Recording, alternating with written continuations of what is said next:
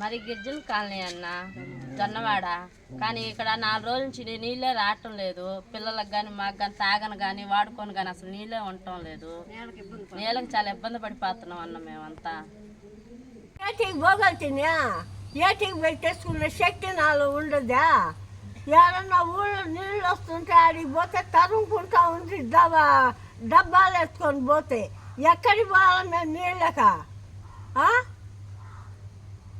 ఓట్లకు వస్తారే గోసులు ఇప్పుకొని మేము మేము మేము అని ఎవరయ్యా నిలబడేదారా?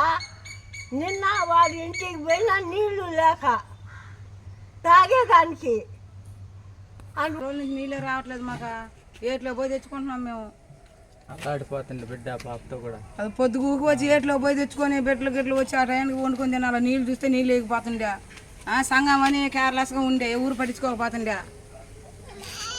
మాది 4 రోజుల నుంచి నీళ్ళు రావట్లేదు సార్. మాకు నీళ్ళు రాక మాకు విధంగా అయిపోతుంది. నీళ్ళు ఏట్లో పోయి తెచ్చుకుంటున్నాం. నీళ్ళు రావట్లేదు. పొలాయిల కాడికి బోరింగ్ కాడికి పోవాలంటే చాలా దూరము.